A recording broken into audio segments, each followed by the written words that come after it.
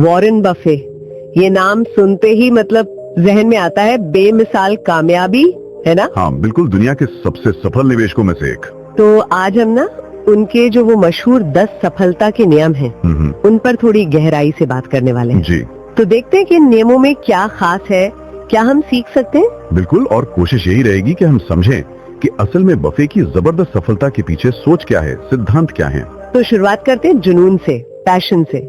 Buffet इस पर बहुत बहुत जोर देते हैं। हाँ, वो कहते हैं कि ऐसी नौकरी चुनो जो तुम तब भी करते अगर तुम्हें पैसों की जरूरत ना होती। उन्होंने अपने बच्चों का उदाहरण भी दिया, जैसे किसी ने खेती चुनी, किसी ने संगीत। और यहाँ गौर करने वाली बात ये है कि जुनून सिर्फ खुशी के लिए नहीं है। अच्छा, हाँ, मतलब ये सही फैसले लेने के लिए भी जरूरी है।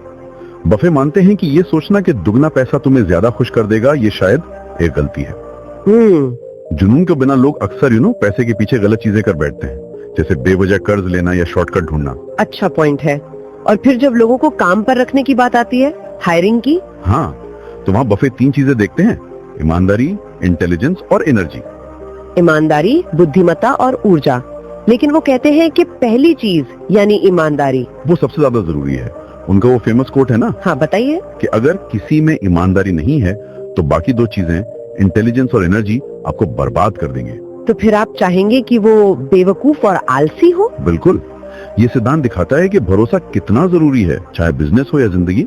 तो क्या इसका मतलब ये है कि बिना ईमानदारी के होशियार और मेहनती होना असल में ज्यादा खतरनाक हो सकता है? बिल्कुल, सोचिए, सारी होशियारी और ऊर्जा गलत दिशा में लग जाए तो हाँ, ये मानना पड़ेगा कि किसी की ईमानदारी परखना आसान नहीं है, वो एक अलग चुनौती है। दिलचस्प है।